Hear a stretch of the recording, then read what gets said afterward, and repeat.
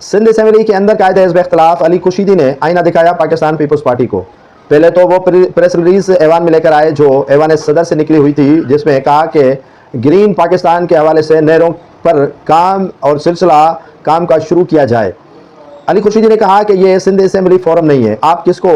जो है वो बिल्ला बनाने की कोशिश कर रहे हैं और किसके आगे से दूध छीनने की कोशिश कर रहे हैं। सिंध में पीपल्स पार्टी का एक आवाज़ है और वफाक में पीपल्स पार्टी का दूसरा आवाज़ है और ऐवान सदर के अंदर पीपल्स पार्टी का तीसरा आवाज़ है। अगर वाकईतन आपको सिंध के इन कैनालों के खिलाफ